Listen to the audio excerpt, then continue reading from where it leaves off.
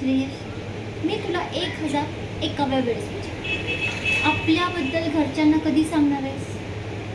वेळ आल्यावर. आणि ती वेळ कधी येणार आहे? गेली 4 वर्ष झाली. हां, तुझ्या घरात असलं कुठलं घडं आहे जी ही वेळ येतच नाहीये? काय प्रॉब्लेम आहे? आपण दोघं फर्म आहोत. मग अरे गेली 4 वर्ष झाली मला तुझ्यासोबत पण स्वप्न फिरता सुद्धा नाही आलेलं आहे. माझ्या सगळ्या मैत्रिणी त्यांच्या बॉयफ्रेंड बरोबर त्याच्या बॉयफ्रेंडच्या गाडीवर फिरतात आणि मी माझा बॉयफ्रेंड लोकांना घाबरून माझ्या गाडीवर फिरतो आणि कोणाला ओळखू येऊ नये म्हणून माझा स्कार्फ बांधतो.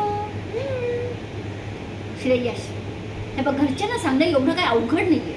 तर मी तुला सांगते, सरळ घरी जायचं, सगळ्यांना म्हणायचं माझ्यासमोर बसा. मला तुम्हाला एक खूप महत्त्वाची गोष्ट सांगायची. बबली नावाची एक गोड मुलगी आहे. मला तिच्यावर खूप प्रेम आहे आणि मी तिला तुमची सून म्हणून घरी घेऊन येणार आहे. इतकं सोपं आहे. श्रेयस, आता साताऱ्यातले लोकच नाही रे, पेठेतला भैरोबा, बोगद्यातला गणपती, तो सुद्धा तुला हात जोडेल, म्हणेल घरी सांग प्लीज. हे बघ, मी तुला शेवटचं सांग, या आठवड्यात जर तू घरी सांगितलं नाहीस तर पुढची गॅरंटी मी नाही घेऊ शकत. का?